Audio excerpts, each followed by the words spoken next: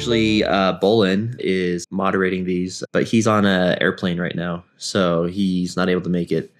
So you guys are stuck with me. I'll be trying to moderate this and also just probably doing a fair amount of talking as well. But yeah, today we had slated a Dev AMA. It's the week for that, and it's a big week for Dev. We've got a lot of things that are launching, but it's a big week for all of us, really, because we are actually launching Crystalvale and DFK Chain, both of which are huge undertakings. And we're basically like launching those the same day this week. So we decided that it would be in the best interest for most people if we rebrand this particular AMA to be more of a expansion AMA, to just talk about all things related to Crystalvale and DFK Chain and the plan and the timeline for the expansion. I know a lot of people here have a lot of questions about that. And there's a lot of people are still traveling back from different places. So it'll just be us three for now, but hopefully we'll be able to answer all the questions between us. There really is a lot to talk about. This is a very exciting milestone in our project. And I think back about in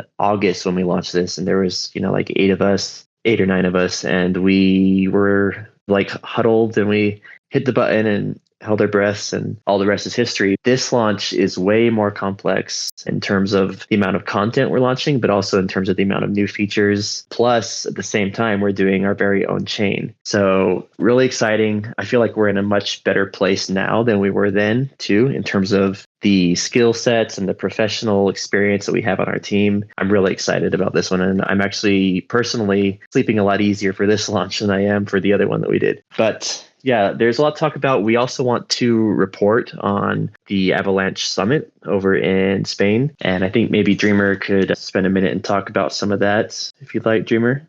Sure.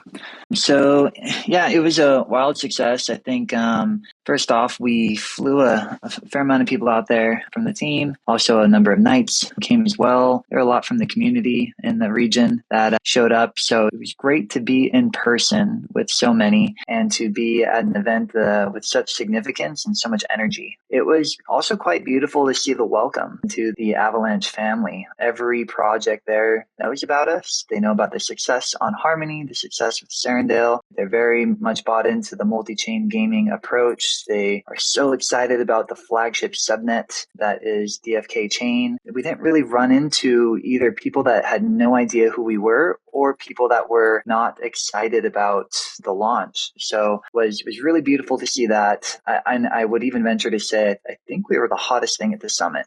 If you were there and you were wearing a DeFi Kingdoms shirt, either prior to merch was handed out as a team member or afterwards, where our hats and all the high quality merch was all throughout, I saw and I heard people talking about us constantly. To help with a lot of that narrative, we did attend a lot of like networking events to get the name out there. And I will say that the first event I went in, there were a lot of big names on the chain there. And I was worried it's like the first day of school. You walk in, you don't know a lot of people, you haven't met them and everything. Every time I shook people's hand, they knew who we were. They were excited, embraced us, and there was immediate connection and talk of how we can work together, synergize, collaborate, maybe even partner. To help all of that, we had a keynote. Maybe many of the people here watched. I felt we gave it our best to represent DeFi Kingdoms and all of our community and all the hard work that's been going into the creative, the dev time, the tokenomics, the business side of the relationships. It felt like it was a pretty good success.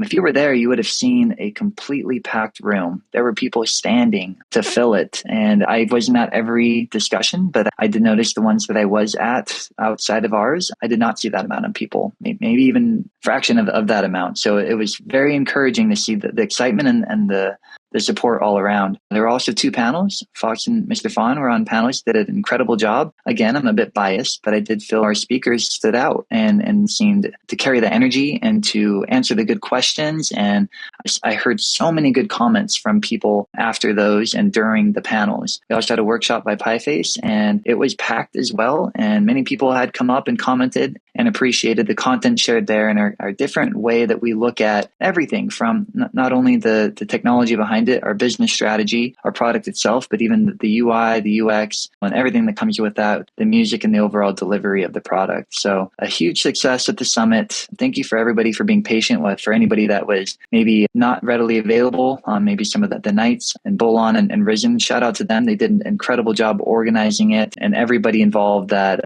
supported us. So huge success. I think there was also a Chaos Cast there for those that didn't catch it. Maybe go check that out on YouTube. There was some of the team that was live, and that was a lot of fun.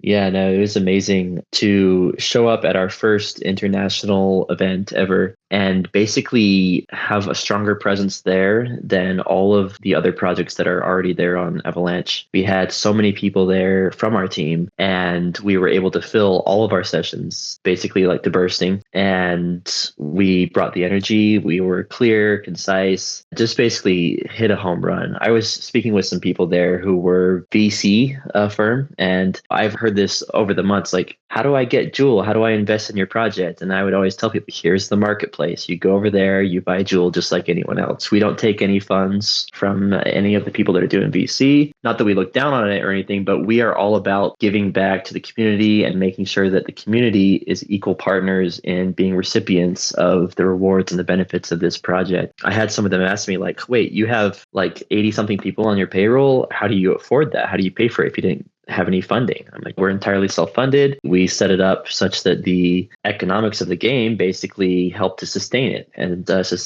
it can sustain the development and the marketing and all that as well. And so they're just blown away to hear that we didn't receive any funding. And on top of that, that we're actually profitable. Because like they ask you, well, okay, so at the start, you must have pre-minted a lot of things then in order to pay for this. And I'm like, yeah, we did. We pre-minted like 5 million jewels for the dev fund, 2 million jewels for marketing. And currently today, if you look at those funds, we haven't touched a single jewel of those funds. We're actually above, I think we've got 6+ like million in our dev fund and 5 million in our like marketing fund. We have more in there today than we did at the start. We haven't used a single jewel that's been pre-minted because the protocol is profitable. And they're blown away there too. They're like, wait a minute, you're saying you're profitable? This is like unheard of for any of the projects in this space to be in the situation that we're in. And I'm so proud of that. And that's the like mentality that we have with all of our new things we've been doing, like Land and Crystalvale and all these other like Gen Zeros over there. Like, we're not doing a Gen Zero sale over there on Crystalvale. We're trying to give away all of them to our players and to let them earn and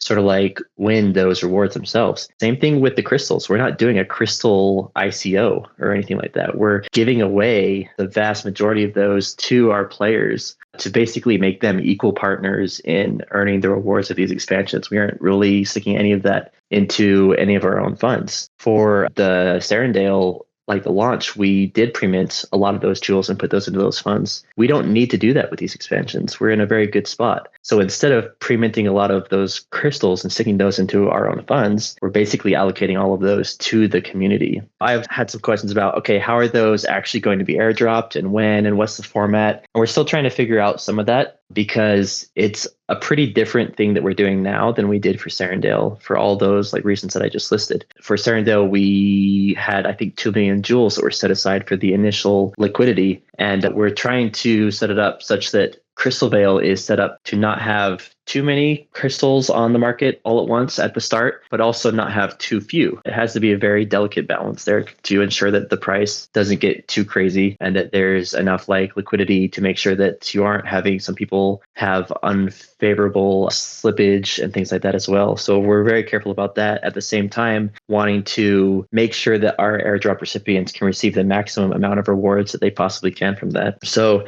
we're still brainstorming some things. For Serendale, we basically launched with a fifth of our pre-minted jewels were allocated to the initial like liquidity, and that was off of 10 million. For Crystalvale, it's going to be a quarter of that. We're trying to figure out what amounts there make sense, because if we just had a quarter of that or a fifth of a quarter launch and there's that much demand, there might not be enough, but also there might be too many if we do too much all at once. So we're figuring that out still. But for Crystalvale specifically, we had a really great idea. We said, hey, for these airdrops, if we really want to maximize the rewards that our airdrop recipients get from these, why not airdrop X crystals instead of crystals. That would allow our airdrop recipients to basically, from the very start, be fully invested in the jeweler and earn extra crystal emission like rewards in the first week of like our launch, where I don't know if probably like most of you are familiar with how the jeweler currently works, but anytime somebody claims from a garden, a portion of that will go into the jeweler. And anytime somebody does a swap on like our decks, a portion of that will go into the jeweler. Anytime somebody summons with the hero, a portion of that will go into the jeweler. So that's why currently the X jewel to jewel like ratio is pretty high, and it's only really going up. We wanted to give our airdrop recipients the opportunity to get in on the ground floor and basically have that really coveted 1-to-1 crystal to X crystal like ratio there, and basically earn the rewards from the very beginning in the first week, especially where those rewards are the highest. So that's our thought process there. Dreamer, anything you wanted to add on to that? I don't think in terms of detail, but in terms of excitement, I just want to reiterate the partnership with the community and being participating founders in the initial supply of crystal on Crystalvale. I think it's really beautiful and exciting. The fact that everybody will be on equal footing. It won't be how quick can you get in to stake your crystal into the jeweler. You're getting X crystal that even if you're late, even if you're working, even if you're sleeping, that's going to be already benefiting from the like unilateral upward moving multiple of crystal to X crystal. So we're excited about that development. We hope that people see the thought that goes into kind of these really major decisions and to find ways that we can maximize the reward along with the stability of the overall ecosystem. Exactly. So I've had a lot of people ask me like, how do I get into this? What do I need to do? And when? They're very concerned. We want to make it as easy as possible to make sure nobody's missing that boat. Again, like our team is not seeing a single crystal into any of our dev funds or anything from this. We're trying to basically give all of it back to the community. And that's the pattern that we're doing for all of our expansions. Because at the same time, we also want to be very careful and make sure that we're not flooding the market with crystals, because that's also not like really good for the price and for the volatility there too. So we're exploring what options we have. We haven't really talked about when and like what manner all these will actually drop, and we're still planning to release some more details about that there as well. But if we follow the pattern that we did for Serendale, where we basically did a 20th of the jewels that were pre-minted would be in circulation at the start, we could do something like that similarly with this, where we basically would pre-mint and actually release a portion of those airdropped crystals at the very start, like on the first day of launch, and then have another portion of those basically vest over a week or two, just to make sure that the launch day volatility is not too insane, because we don't want anyone to get burned. We don't want anyone to experience any of the like unpleasantness that can sometimes be there on the first day. And I think we launched Serendale very thoughtfully and very well there, where we basically made sure there weren't any like crazy pump and dumps things. We blocked bots. We were very careful with that. And just our model with having most of your jewels be locked, but then over time having more of them be unlocked more and more. We want to make sure that the price is protected, that the community is protected, that the value is there, and will slowly grow over time, just how it did with Serendale as well. So we're still trying to plan out those exact numbers, but we're looking at that. We'll be announcing some more specifics about that later today, along with the timeline. Speaking of timeline, we did also want to talk about what that day is going to look like. 10 a.m., we're thinking right now, actually, I should probably start from the date and time that we've actually announced. So we announced March 30th at 8 p.m. Eastern Standard Time. I believe this is on our docs, that we would be doing the emissions would be turned on basically at that time in our ice gardens. So that means that 8 p.m., your jewel to X jewels that are staked in the gardens will begin to earn crystals. And the stuff is all up there on our docs. So the question though that I've heard from a lot of people is, how do I make sure that I have enough time to get into these gardens prior to the emissions starting?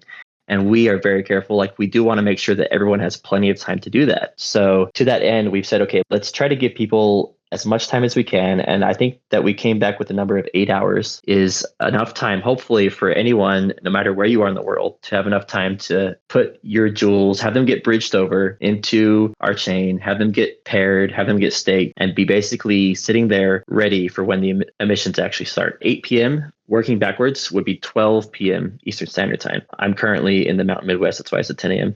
But 12 Eastern Time is 10 a.m. Mountain. It's 9 a.m. Pacific. That's something for over in Europe. So we're basically saying, let's give people as much time. 8 hours, I think, is the sweet spot to get those in. Wednesday, we're looking at 12 p.m. noon Eastern Time, launching, turning it on. That will include the outpost. That will include the bridges, the chain, the map, the zones, everything. But maybe that's what we're looking at now. Maybe it'd be wise just to confirm the specific zones. Have some things in the chat. Just, yes, there will be a jeweler for the X Crystal, as mentioned, ice gardens, marketplace, and docks so that you could bridge in and out. I think we'll get there, but I did see a number of people just asking which zones day one. So I wanted to use that timing to hop in. No, that's exactly right.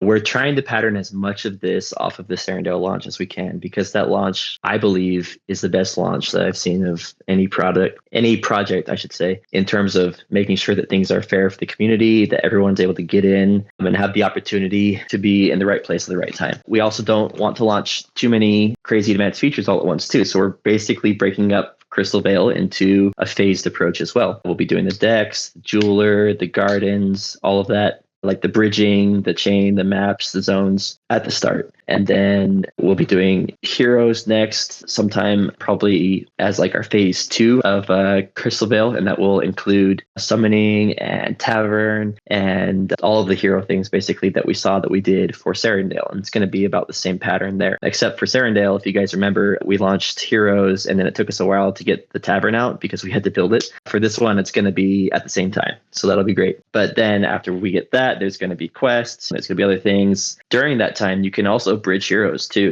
You can bridge heroes that you summon in Crystalvale over into Serendale and have them do quests over there, which is awesome. And then have them start to pair with other pre-existing heroes and have you do other kinds of summons there too. So I'm excited to see some of the genes start to play around at the gene pool and see what is able to come out with. Fawn, I think you had something you wanted to say about some of the differences between Harmony Chain and the chain that we are creating over there. Yeah, just while we're on the topic of the ice gardens, I wanted to identify a few differences between the Harmony chain and the DFK chain. Due to the protocol and being our own transaction volume, we wanted to ensure that the emission schedule that we put out doesn't foresee large amounts of delays if block times don't occur at a 2-second interval as hoping and anticipated. So we took the time over the last few months to convert the garden contract to be time-based. So our emission schedule as posted on the docs will still be correctly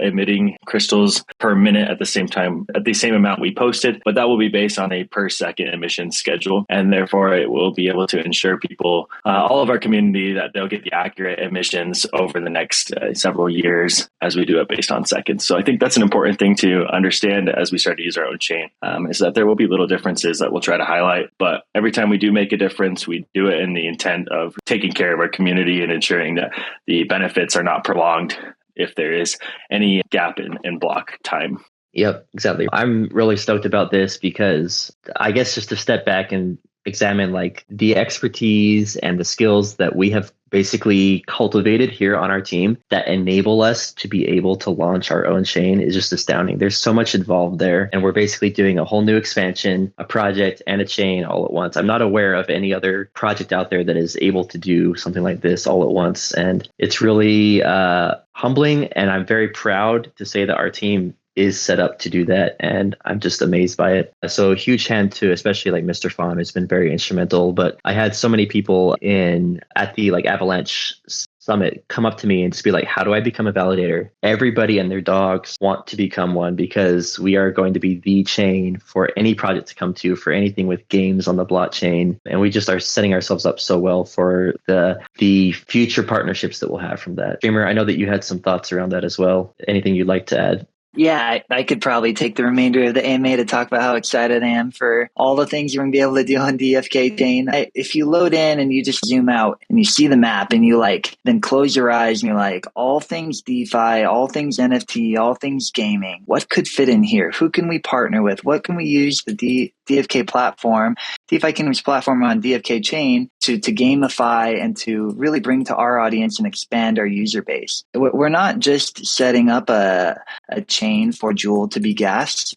The potential is so exciting. The goal and the dream really is to be like the gamified chain where anybody that would like to be in Web3 and has a project of value that could be integrated into the front end and or collaborate or partner with DeFi Kingdoms is a candidate to potentially come join us. So I won't take up too much time, but it does keep me up at night with all the ideas and excitement. And with what was announced in the keynote, in pretty short order, and for many of them, the partnerships that have been solidified with Ramp, with Synapse, with Banky, DopeX, and more to come, it's quite exciting. And I did say something on stage with similar to the notorious one, a tribute to him, but we're not here to take part, we're here to take over, and followed by a really sincere invitation for everybody to come and help us build out the dream that we're talking about right here and recapping. And the next day we had the picnic, and I have to say, although the intent was to be welcoming, I was worried that out of context people might look at that as being like, you guys are trying to show up and push everybody down. Not one project communicated that they were seeing it in that way. So many came up, they're like, how can we work together? What would it mean if we built on DFK chain? How can we find ways to collaborate? I feel like we're bringing a refreshing growth mindset approach that says, a lot of people say, WAGMI, we're all going to make it. If you look at the amount of assets in Web3 relative to traditional assets, we have a long ways to go. And we have a much higher probability of survival and innovation and quality of products if we find best in class and look to work together rather than work against each other. So I don't know if that was what you wanted me to talk on, Fox, but that's what it sounded like we were going. And so hopefully adding that little bit of 5 minutes of excitement from my side was a good use of time. I'm just going to add the 1 minute of excitement that as I was involved in some conversations with Dreamer and other, projects, just the idea of allowing us to either lend resources or to provide assistance and gamifying everything and anything that is DeFi into our system is just really cool. And I'm personally very excited about it. Yeah, that's exactly right. We are DeFi kingdoms. We're not DEX kingdoms. We're not like Uniswap kingdoms. We're trying to be the one-stop shop and the one-stop chain to basically do all things DeFi in a fun, cohesive way, and also encourage and work with other projects that have cool ideas for DeFi to come and build on our chain and integrate with us and have us be part of one like unified system inside of a game. I always get like Ready Player One vibes where it's like we're creating Oasis, like the platform for players to come and to play, but also live their lives a little bit, manage their finances, earn, spend. It's creating a real world economy inside of our app, which is just really amazing for me. And then with the added utility of us having our own chain, having Jewel be the gas token, having opportunities for players and for guilds like to come and be validators and to help to secure the network that they are on. Like you look at Facebook rebranding to become Meta, it's interesting, but to me, the only way that the metaverse or something like Ready Player One will ever work is going to be on the blockchain. It needs to be collectively owned. It needs to be decentralized. And that's one of the strengths that we have here as a project. So I'm really excited to be basically like working towards that dream and that vision. We did announce Ramp among many of our announcements. And I think some of our community were pleasantly surprised that we actually did release that last week in between two of our like really big releases. We don't usually do every single week having a big new thing because it's insane to have huge new things every single week. But on the previous week, we did the Perilous Journey wrapped up. That was a big release in terms of like new functionality, new tokens, new like rewards and all that type of stuff. And on this week, which would be 2 weeks after that one, we're doing Crystalvale and our own chain and just an immense amount of like new content there that we haven't ever released anything that huge all at once. So those two huge releases, basically 2 weeks apart, we still managed to squeeze in one in between to basically drop this bomb of this really cool new feature with Ramp. For years, or I guess nothing's years in this space, but for months, it's been a very painful thing for regular people to get onboarded onto some of these like side chains. I've had so many people of my friends and family come up and ask me like, hey, Fox, and yes, they call me Fox in person.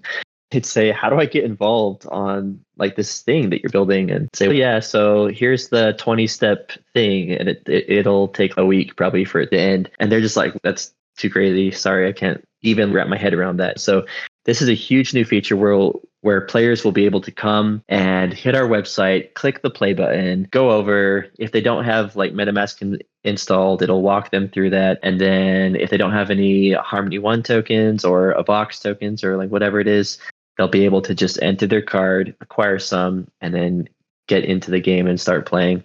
And that is just so huge. It's basically gone from like days to just a few minutes to get started on our game. And I'm incredibly proud of that. So huge shout out to Beetle Dude and all the people that were involved on that effort as well. Part of Ramp, we're really excited about partnering with them in terms of promotional fee reduction as well. Some details will be released, but for the launch of Crystalvale, we're looking to have significantly reduced fees for a limited amount of time to support that launch. So just look out for that tweet when we are able to firm up those details and announce that. But really exciting because you do pay fees as you use the on-ramp. And I think the fees vary depending on whether that's credit card or from the bank or other, to have a portion, which there will be, I think, a volume cap on the promotion. But at 0 is really exciting. So if anybody was looking to use it for the expansion, just keep a lookout for that promotion. Yes, that is super amazing. I was over in the chat just now, and I could see Jacques in there, like, "Oh, Alpha's being dropped." He is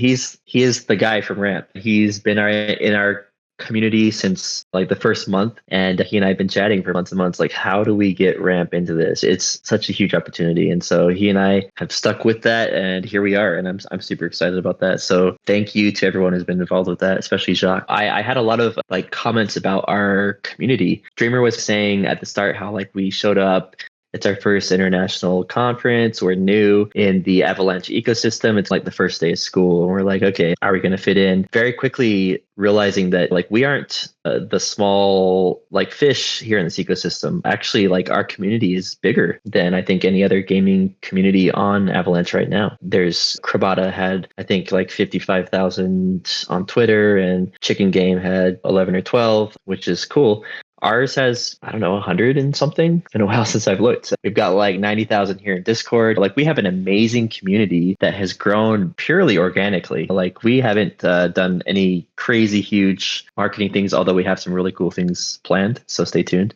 It's been basically players here in the community that come and they see it and they're blown away and they tell their friends and family and they get in. And really that's the best kind of marketing. That's the kind that you can't buy. That's the kind that we have. So I'm really proud of our community. I said it there many times, but we have the best, like hands down, like we have the best community in the entire space, in my opinion. So that's why like we're hard at work trying to figure out how do we give back the rewards to our community. I saw somebody there. He came and sat next to me after our keynote, and he wasn't there for the keynote. He came, he didn't know who I was, and sat next to me, and he saw like Mr. Fawn up there, and Mr. Fawn was talking about something or other, and he said, "Oh, like DeFi Kingdoms, these guys, they're just hopping around from chain to chain, sucking up the incentives and basically sticking those in their pockets, and that's like their whole MO." And I was like, yeah, like they received $1 million from Harmony. They received $15 million from Avalanche. But what a lot of people don't know is actually the like 1 million they got from Harmony,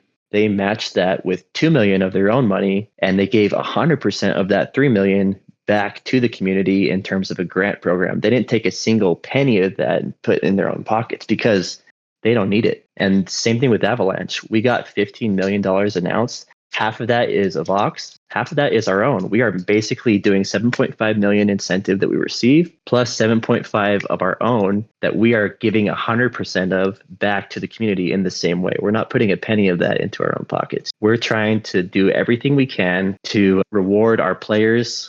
We're all in this as a team. And he was like, whoa, like you guys actually like, at first he's like, wait a minute, you're on this project, aren't you? And I was like, yeah, I'm actually Fox, I'm the founder. And he's like, okay, you guys need to like let people know because this is huge. No other project in the space is doing it this way.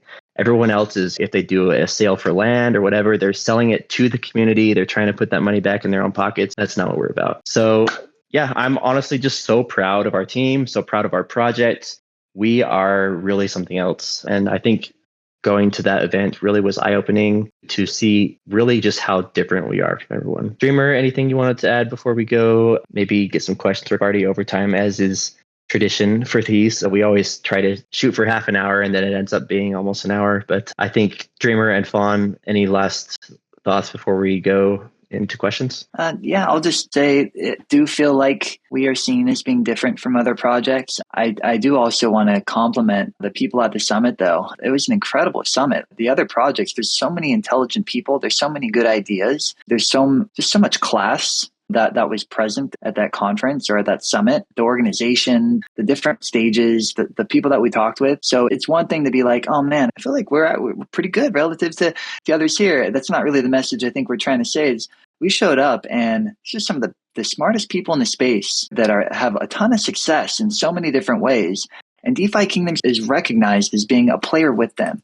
And I don't think there is looking at us as being like hey, they're coming in to do X, Y, or Z as a threat, but they're coming in and I want to work with them. And that's the world we want to live in. We want to be working with the best. We've had so much success on Harmony. We've seen so many things here with other projects that have come up after us. And we see that we're inspiring those in the space. And we are, offering our help out to a lot of other projects to say, we want to help you, or we want to help with the grant program or hackathons and others. And to step into a different space where there's so many really developed, seasoned projects and smart people that have done this in many different ways. To see us reach out and they recognize us, one, and want to work with us, two, is just really exciting. I think I heard from many people say, hey, I met some of your guys' team. You guys are the real deal. One, you're everywhere, which we were. But two, nobody was saying, I met some of your team. XYZ was not good comment or something. It was only excitement, only positivity. And that's coming from a very respectable, strong, talented, sophisticated chain and community. So we should all feel very proud as a community and as a team to have such a warm welcome and good integration into another chain as we embark on this multi-chain gaming endeavor. Yeah, no, just to reiterate that, I spoke with some really good people at Chicken Games, and we were just talking about that. We came out with something along the lines of we're not trying to beat everyone else into the ground. It's not us versus you. There's enough space in this project or GameFi space for everyone. A high tide raises all the boats. Let's work together. Let's build something. If any one of us has success, that lends legitimacy to the whole space, and we should all be trying to help each other and see what can we do to help each other reach that success instead of fighting each other. And I really think that just really resonated with them. In fact, he even told me, he said that really spoke to me. And we are allocating a portion of our incentives to basically give to other players in the Avalanche space, players that are currently playing Krabata or Trader Joe or Pangolin users or things like that, to say, hey, come check us out. Come give us a try. We can airdrop you some rewards there as well. And I think it's going to be huge. I think a lot of people are going to come see what we're about. They'll see the community, they'll see the game, and they will stay because we're just so awesome. But yeah, it is all about working together. We're all here, we're all brothers and sisters for the same reason, trying to basically revolutionize this space. So come build with us and we'll see what we are able to do together. Mr. Fawn, you got any last thoughts? I know there's a lot going on with the chain and he's been really killing it. We're down to the wire in terms of all of those little things. We got to make sure all of the T's are crossed and everything's done there. So how are things looking, Fawn? Yeah, I was going to pipe in here and just before we open it up, and I'm sorry if this is maybe going to go a little long because I say this, I've gotten quite a few questions on a very few set of, sorry, I butchered that. I've gotten a lot of the same questions. And so maybe if I can preface the answers for those questions, we can avoid having to have that come through again. The main questions I've been getting is one, how do I become a validator? The answer to that is pretty simple. There's validators.dfkchain.com. You can apply there. It's a Google form. But just to understand our play in the beginning first month or so of the DFK chain, we are partnering, and we mentioned this in the Medium article, we are partnering with specific partners to support the chain early on. And then down after we get rolling, we get our sea legs under us with the DFK chain. We will be looking to decentralize that further with some form of community involvement. We have partners with some people to try and maybe offer some sort of liquid staking, different options for the community. But if you are interested in becoming a validator, you can apply there, but you should expect not to be a validator at launch. Second, a big question people are consistently giving me is how much is it going to cost? How much Joule is it going to be for gas? We'll be publishing our fee configuration for the subnet, but it's important to just, if you have a basic understanding of kind of network configurations and different blockchain parameterizations, we don't have a static fee configuration. So it will scale up and down depending on load and gas trying to be pushed through the network at once. But to give you guys an alpha teaser, I'm on DFK chain RPC right now, wanting to send a Joule over to another wallet. And the estimated gas fee with me being only on there is 0.000032 Joule. And so we are going to be able to have the ability to adjust that as the price of Joule continues to increase. And as we start to understand our network load a little bit more. Right at the start, we have the DEX, but we don't really have questing, which is a big gas contract. We don't have summoning, which is also a big gas contract. So we'll be monitoring this very actively over the next few weeks to make sure that we can adjust this. But that's a big question I always get. And then the third question is, we've been getting a lot of information about the chain listing. That was a PR that I put up myself into the chain list RPC kind of listings. So we are aware that's available and you can go and get that. But the reality of the situation is everything's launching on Wednesday. Our bridging is launching. So configuring our RPC early may or may not really provide any initial value, especially since there isn't going to be trading or incentives until Wednesday as launched by Fox. But we're happy to go into more details on that. But I've been just getting pinged a lot about those three things specifically. Just wanted to make sure we clear the air, make sure everyone understands those. Awesome. Yeah, no, thank you for that. Also, our specs that we have as the minimum requirement for the validators are pretty beefy. I think Avalanche C-Chain already recommends pretty good validator specs, but ours are maybe double that. I could be misquoting Fawn. Yeah. No, absolutely. I had fun conversations with different members of Ava Labs as we were trying to configure and set up these different test chain. And multiple times we configured a server to specs and we're like, we should double it just to be safe. And then even one more time after that, we're like, let's just double it again. Now, that doesn't mean that all of our validators in the future are going to be needing this really heavy level of hardware requirements, which I believe, if off the top of my head, is somewhere between 32 CPUs and 70 gigs of RAM, 72 gigs of RAM. But that's not going to be the requirements for all validators. We just are trying to start out really strong, make sure this launch goes smoothly, our chain is supported, and then we'll be able to accurately give recommendations and guidance for more non-partner related validators as we get to that point. Yep, no, that's great. I saw someone in the chat saying they're confused or they feel like, why are we doing X Crystal instead of Crystal for the airdrop? Really, X Crystal is Crystal. You can just go to the jeweler and basically withdraw that. So it's just Crystal that has already been put into the bank so that you're getting the rewards from the very start. So basically X Crystal is 100% better than Crystal in every way. Anyways, just to clear that up, we've got about 10, I guess. That brings up an interesting question. I'm sorry, we're going to push it over, but a lot of people now that we've been announcing us at Summit that the initial pairing will be Joule to X Joule. I've had several people ask me I don't have X Joule. How do I bridge X Joule? And this goes right into your topic you're just discussing. X Joule and X Crystal do exist in your wallet. They do. They are traded. You'll be able to bridge them. You'll be able to send them. They're really just like a receipt token that then earns rewards. So we'll be launching and making sure everyone's very familiar with the X Joule addresses as well as the X Crystal and Crystal addresses on the chain. Yep. And just to reiterate, the reason why we're doing that approach is because we want to make sure people get the most rewards that they can, especially in the first week. The jeweler is going to be the place to put your crystals because it will be increasing the ratio, I guess, the most in the first week than at any other point in time in the project. For sure. If I could just add to, I saw that comment as well. I don't know if somebody's just playing and trolling or not, I think. But essentially, if you're talking X Joule or X Crystal relative to Joule or Crystal, the X token is an interest-bearing asset that only appreciates relative to the price of the underlying either jewel or crystal.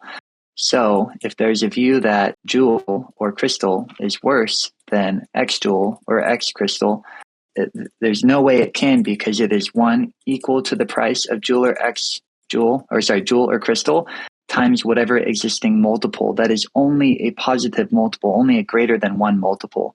So to award X crystal is one in no way, in terms of negative points, different from awarding crystal.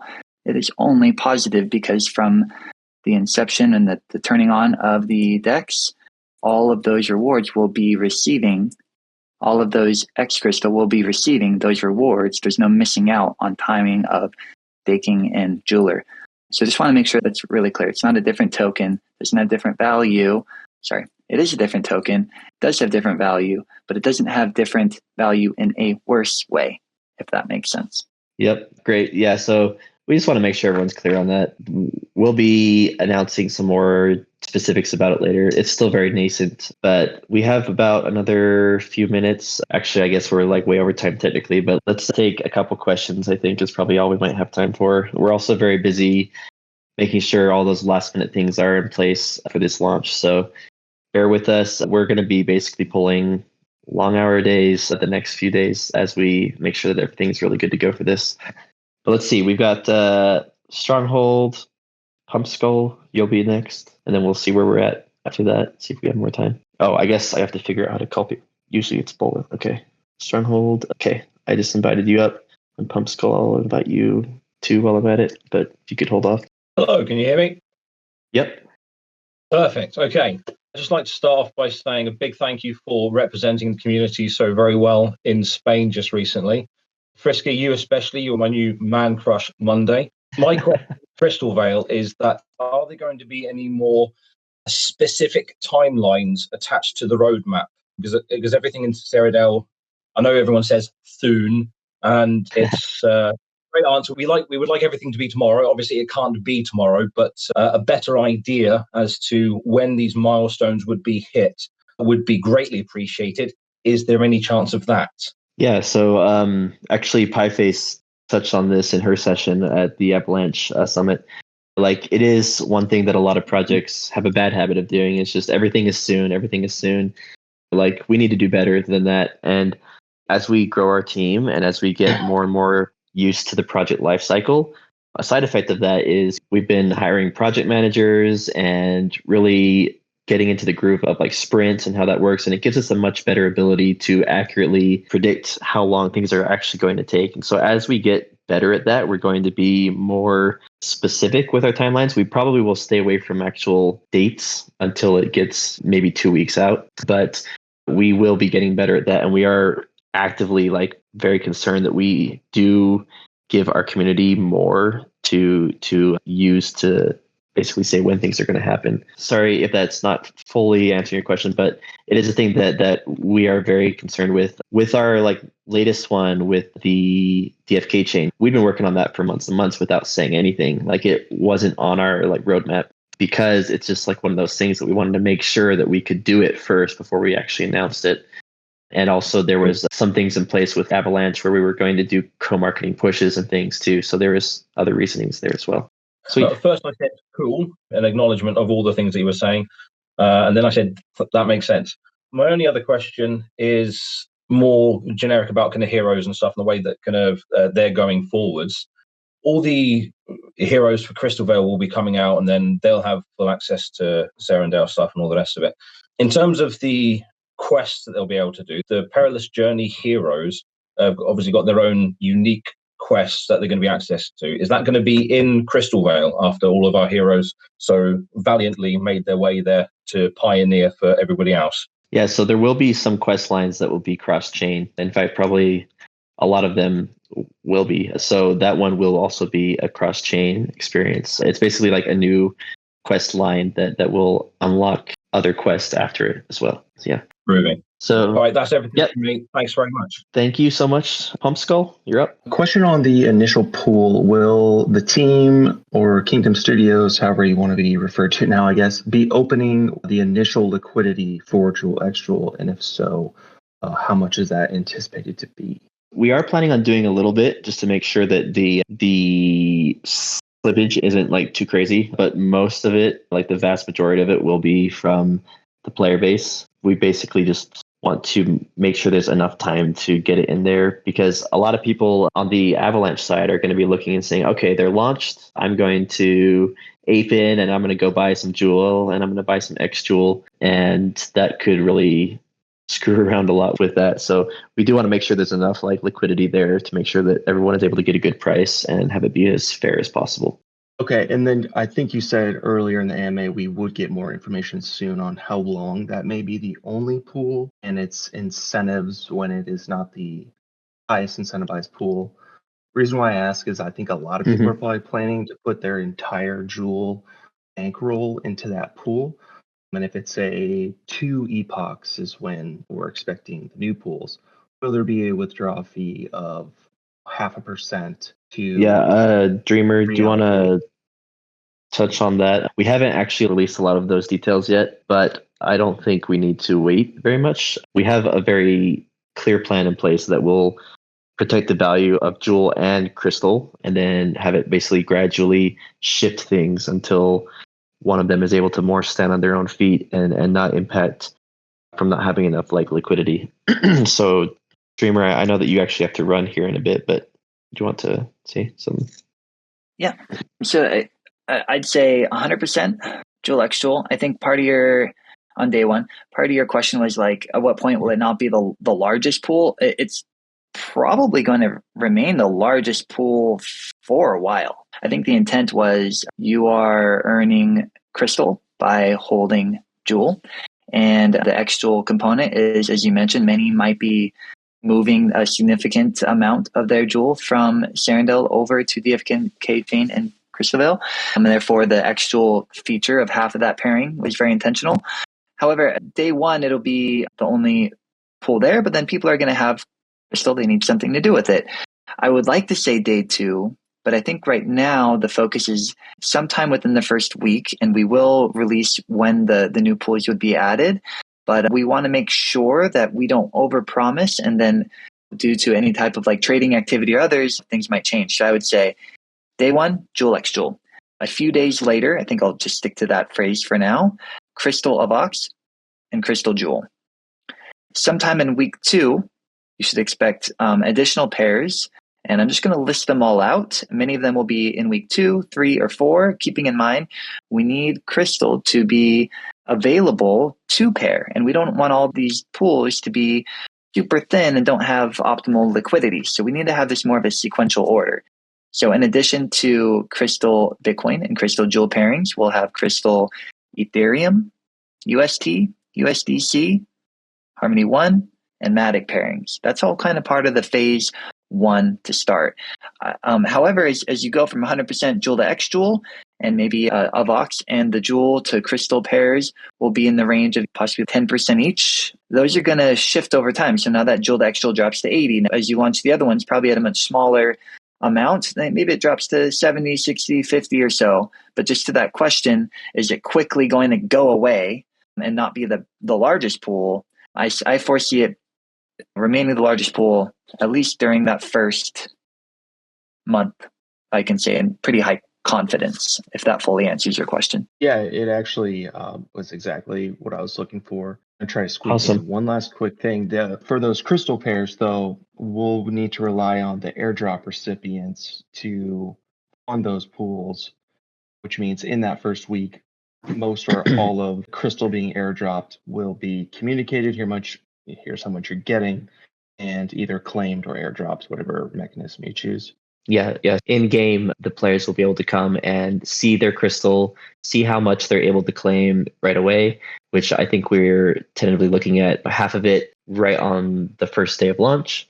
And then the other half that would perhaps like vest over, I don't know, a week or two, just to make sure that there's the stability there and to be in line with the Serendale pattern that we had where Basically 20% of it is there at the start, and then having that go. And then at the same time, the crystal being earned from the X Joule and Joule emissions. I think the amount that would be able to be unlocked during the first epoch is between 4 and 500,000.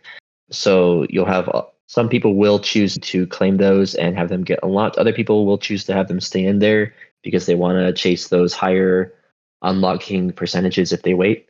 So it's hard to exactly predict how much will be available. But basically, yes, all of the crystals in those pools will be from the community, either in terms of the airdrop or the emissions. Another thing to point out is the crystal to a box incentivized pool will have additional incentives to it as well, in terms of a box that the 7.5 million that we received from Avalanche, a portion of that will be put into a perpetual incentives fund that will be used to basically reward the stakers of that as well. So you can not only earn crystal off of that pool, but you can also earn crystal and a box as well. So I'm super excited about that. I don't know if we've actually announced that very clearly yet, Dreamer. Sorry if I preempted any of your announcements. No, and I think that is, part of the incentives will be going to that incremental reward there. I will just caveat, it may not be day one of that pool around there. Yeah, exactly. I'm excited about it. It's stuff we haven't tried before, but it'll be really cool to see how it plays out. Thanks for your question over there, Pumpskull. We're over time, but I did already call you up to the stage over there, Maliant. We'll take that one last real quick and then we'll break. I appreciate it. I just had a question I think everybody was wondering. As far as the airdrops go that we're receiving, the summoning airdrop, that's the raffle for 100 Joule, 100 Crystal, as well as the hero leveling, rarity, and such things. Will the Joule also be dropped on Crystalvale, or will it be dropped on Serendale separately? Yeah, no, that's a good question. The Joule will be airdropped on Serendale is the plan right now. It's an interesting idea to have it be airdropped on Crystalvale. We could do it there as well. We just already have the infrastructure in place on Serendale, so I think that would make the most sense personally. I would like to get it airdropped at basically the same time as the stuff we're doing for Crystalvale as well. All right, and very last question. Do we know if that will be first week of launch, or will we be waiting for that as well? Yeah, we're targeting the first week of launch for the airdrops to begin, and it'll have some of them will be ongoing, others ones will be all at once. So I'll be sharing more details about that, but for the Joules in particular, there's plenty of liquidity and things there. There's not a lot of concern about just having all those get airdropped all at once. So I wouldn't plan on having those be over a period of time. It would more be all at once. All right. Thank you guys so much. Yep. Thank you so much. So to wrap this up, Mr. Fawn, do you want to add any last thoughts about DFK chain or anything? And then we'll go Dreamer, and then I'll add my thoughts at the end. Yeah, no, the only thing I'll say to finish is that I'm excited that everyone's here on this community with us as we explore the subnet technology. It was quite impressive to hear all the different teams that were exploring it alongside of us, and also humbling and a mix of emotions of pride and humility to be the first subnet truly launching outside of just Avalanche Ava Labs themselves. So we've got a lot of learning to do over the next month, and we think we've put in all the work we need to make this a good experience for the community. I'm just excited to see how the benefit rolls out for us as a project and this technology behind our sales, basically. Yeah, I think I've done a lot of excited talks, so I'll try to limit the excitement here at the end so people don't get so excited they start punching holes in their walls, as some people drop in the chat here. But I'm incredibly excited. I do want to circle back to how well we were received at the summit. I really appreciate and am grateful for all the effort from Ava Labs and from all the projects there. I want to then extend the invitation to all of us. We're going to see more people pop into our Discord. We're going to see people from Avalanche, maybe users from other chains, maybe and hopefully people that are completely new to Web3. And I feel like we've created a community that is really welcoming welcoming to people that are new to the space, welcoming the people that are coming in from other projects, from other chains. I just want to ask that we keep that going. We have a good community, and as it gets bigger, we want to make sure that we're establishing and solidifying that culture of having a growth mindset, being synced with the community, creating a strong community where good questions and concerns can be raised in healthy manners, and we look for solutions together. And we also look out for those that are just lost or frustrated or not having a good time. We definitely want to use this huge step or leap forward on DFK chain, working with Harmony and Zarindale and Crystalvale, kind of ramping up together as an opportunity to invite all those to come work with us and build with us, but also all the new people in the community to feel welcome and a part of the team and of the group and of the family. So thank you so much for being incredible. I look forward to the upcoming week. I'm hoping for minimum hiccups, but as we get them, we will stay close to Discord and the community and be as transparent as we can. And let's make some big things happen and hope that we can, expand on this new journey and see some incredible success, innovation, excitement, and incremental utility for all of our tokens and for the game that we all love. Thank you so much, you two. This would not have been possible without all of Mr. Fawn's hard work. Same thing with Dreamer, all of the partnerships and things we've been doing. And then just to echo that, a huge shout out to Ava Labs. Luigi, he's like the godfather of DFK chain in my mind. He's been very involved with us every step of the way, and he's helped us in so many countless ways. Same thing with Daniel and so many of the other people over there.